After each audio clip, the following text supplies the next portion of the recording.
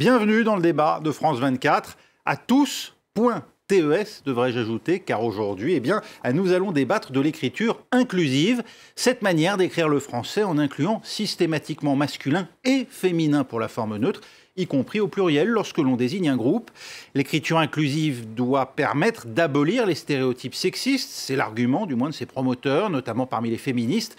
Oui, mais voilà, le projet divise. Déjà banni des textes officiels ici en France, le français inclusif devrait aussi rester à la porte de l'école. C'est du moins ce qu'en dit Jean-Michel Blanquer. Dans un entretien au Journal du Dimanche, il estime que la féminisation des métiers et fonctions est un progrès, mais mettre des points au milieu des mots est un barrage à la transmission de notre langue pour tous, par exemple pour les élèves dyslexiques. Ainsi, en une phrase, le ministre de l'Éducation nationale relance le débat. L'écriture inclusive est-elle un effet de mode, voire une politisation du langage au mépris des usages éducatifs? Mais s'ils sont si nombreux et nombreuses à la promouvoir, est-ce parce que le français est une langue sexiste? On en débat avec ici même à mes côtés Jean Slamovitch, linguiste, traducteur. Vous êtes professeur à l'Université de Bourgogne et co-auteur de Le sexe et la langue. C'est paru aux éditions Intervalle en février de cette année. Bonjour, merci d'être avec nous. Merci. Également co-auteur d'une tribune parue dans Marianne en novembre de l'année dernière, une écriture excluante qui s'impose par la propagande. Voilà ce que vous écriviez, on va en parler dans un instant.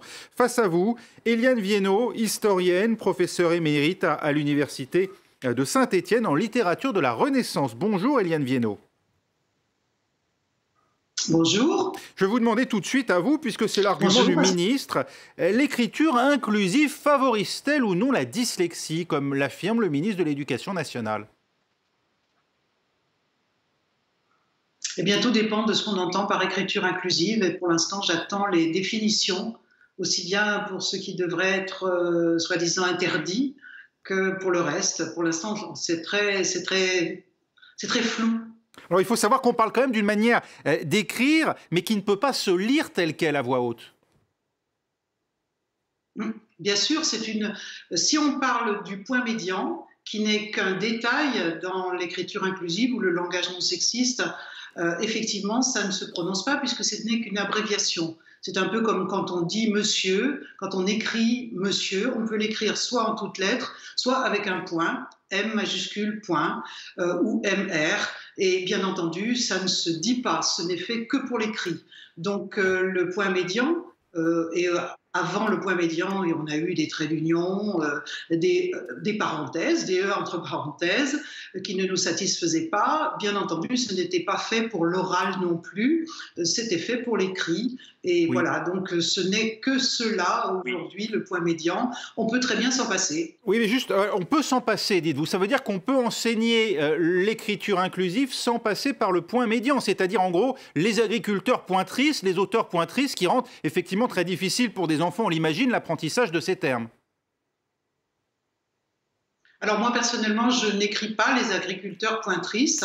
Je restreins le point médian aux termes qui sont très proches, comme étudiant.es par exemple, ou étudiant.e, c'est-à-dire pour les termes qui se lisent en entier. On lit à la fois le mot masculin et le mot féminin en entier. Et pour le reste, je préconise d'écrire les deux mots en entier. Jean Slamovitch, on va en venir sans doute dans un instant au grief que vous-même nourrissez envers cette écriture inclusive, mais d'abord l'argument qui consiste à dire l'écriture inclusive, en gros, pourquoi pas, mais pas dans les documents administratifs et désormais pas à l'école, parce qu'il faut le dire, certains manuels scolaires, c'était le cas d'Attier en 2017, avaient édité une méthode dans laquelle se trouvaient effectivement des termes en écriture inclusive. Est-ce que ça vous choque ?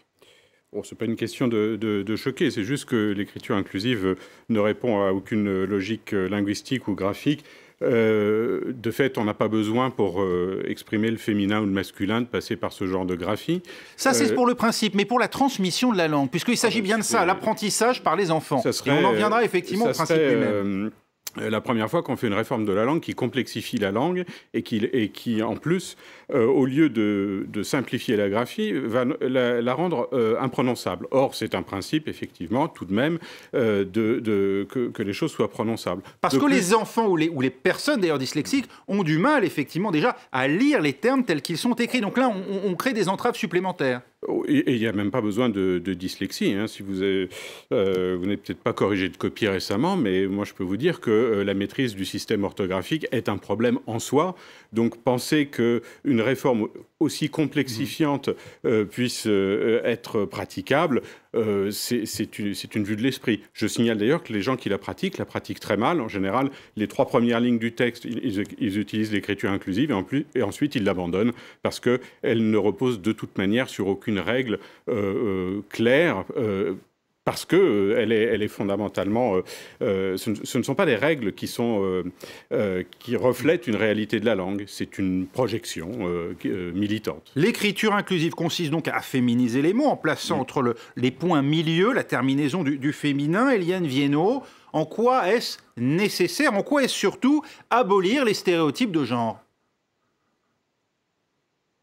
Alors, c'est absolument pas nécessaire. C'est utile, comme toutes les abréviations, quand on a besoin de place, quand on est restreint en place, comme quand on doit écrire un article en tant de signes. C'est absolument pas nécessaire. Et le débat que nous devrions avoir n'est pas du tout celui de la méthode de l'abréviation des doublets, puisque le point médian sert à abréger les doublets, c'est-à-dire les mots qui sont extrêmement proches, comme français, française, commerçant, commerçante. Voilà. Donc, le débat que nous devrions avoir n'est pas celui-là. Bien sûr, il faut améliorer cette méthode, hein, qui est bricolée, je dirais, depuis une quarantaine d'années, puisque nous cherchons essentiellement à remplacer le système des parenthèses, qui n'est pas recevable dans un pays égalitariste. Il n'y a aucune raison que les marques du féminin soient entre parenthèses. On sait très bien que ce qui est dans une parenthèse n'a pas le même statut que ce qui est à l'extérieur de la parenthèse. Donc, on essaye d'autres signes. Parce que pardonnez-moi, Éliane Viennot, le français tel qu'on l'écrit aujourd'hui et tel qu'on l'a pratiqué à l'écrit jusqu'à présent, et également d'ailleurs à l'oral, il faut bien le dire, il entérine la domination d'un genre sur l'autre, en l'occurrence le masculin sur le féminin. Alors, nos usages sont sexistes. La langue n'est pas sexiste, mais nos usages sont sexistes quand on tient tout un discours au masculin, quand on dit que les étudiants sont en colère, par exemple, ou que les agriculteurs vont faire grève, ou je ne sais pas quoi. Quand on tient tout un discours au masculin alors qu'on est censé parler d'une population mixte, eh bien, on voit bien que ce qui désigne les femmes est invisibilisé.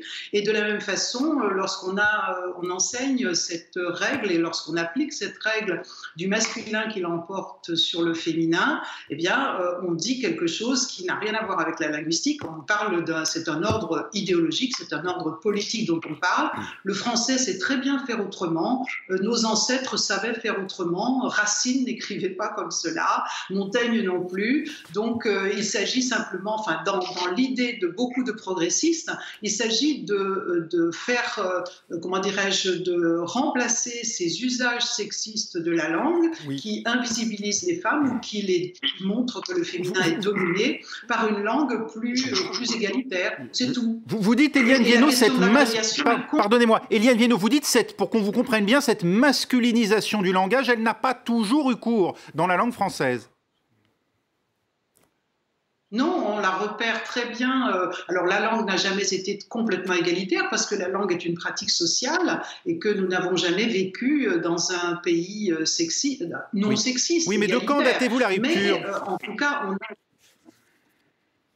on a des preuves tout à fait tangibles d'une masculinisation délibérée de la langue à partir du milieu du XVIIe siècle. Aussi bien dans le vocabulaire, où un certain nombre de termes ont été condamnés, des termes féminins, que dans la grammaire, où on a érigé en dogme cette règle du masculin qui serait un genre plus noble que le féminin et qui donc devrait l'emporter chaque fois que les deux genres se rencontrent. Donc, on a ça, ça a été écrit pendant dans des grammaires, et c'est avec ça qu'il faut rompre. Jean Slamovitch n'est pas d'accord. D'abord pour vous, le fait que le pluriel, lorsqu'un groupe est neutre ou disons inclut à la fois des hommes et des femmes, et bien que le pluriel soit la forme masculine, ce soit la forme masculine qui prédomine, que le participe passé s'accorde également avec la forme masculine et non pas féminine, pour vous ce n'est pas une domination d'un genre sur l'autre?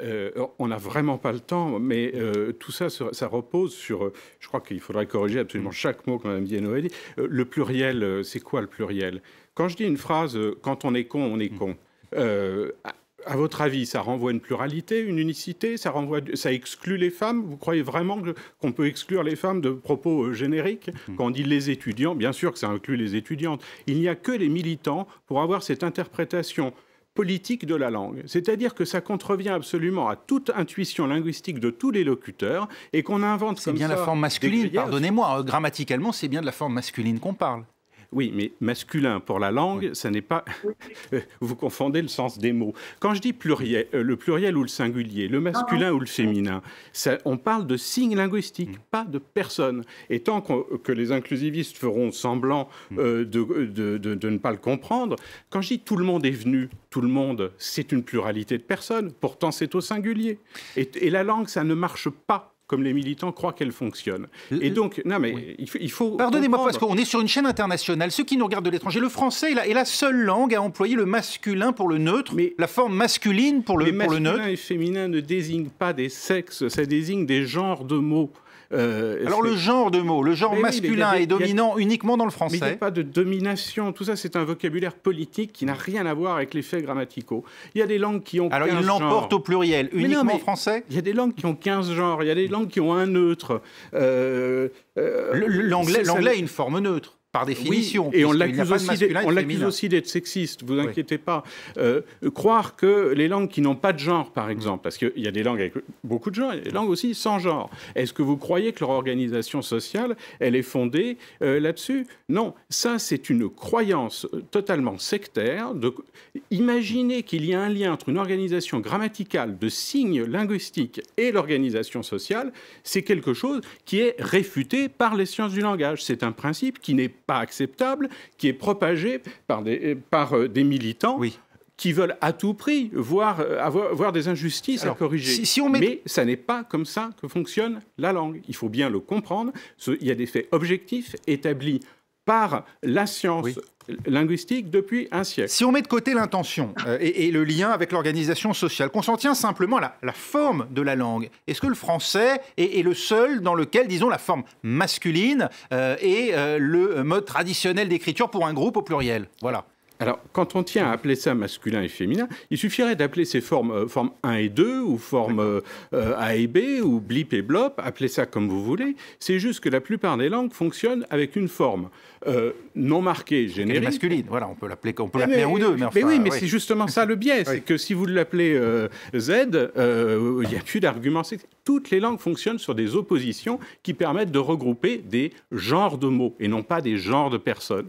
Et cette confusion devient un argument politique. Le français est-il le seul, disons, à rapprocher cette forme de la forme masculine au pluriel? J'essaie de trouver le moyen de l'exprimer. Mais vous comprenez ce que je veux dire? Oui, mais toutes les langues ont une organisation différente, et comparer les langues entre elles, justement, c'est un problème méthodologique considérable. Qu'est-ce qu'on espère en comparant Est-ce que ça reflète une organisation sociale? Ben non.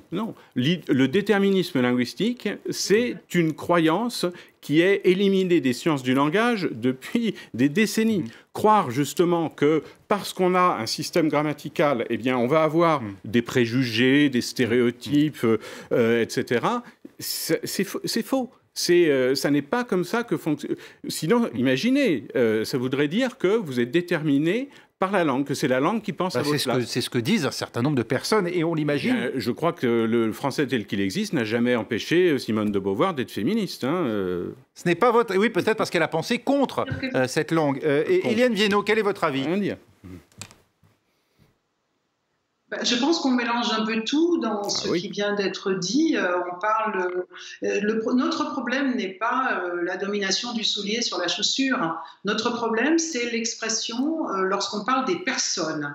C'est là qu'il y a eu des injonctions à ne pas utiliser des mots, à ne pas utiliser le mot poétesse, à ne pas utiliser le mot autrice, à ne pas utiliser le mot médecine, etc.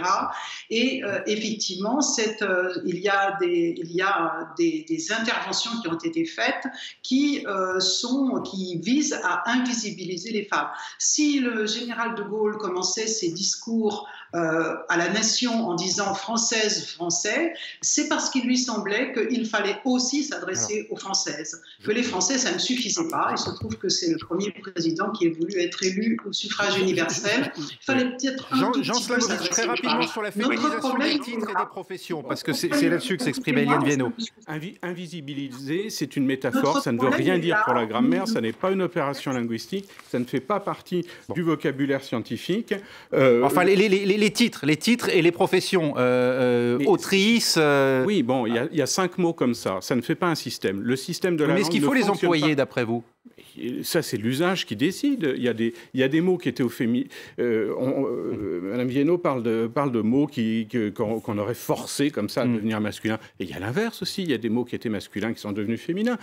L'arbitraire de la langue, il faut aussi le prendre en compte. Merci Jean Slamovitch. Merci également à vous, Éliane Viennot. Évidemment, le temps nous manque pour poursuivre ce débat. Restez avec nous. L'actualité continue dans 8 minutes. Un nouveau journal sur France 24.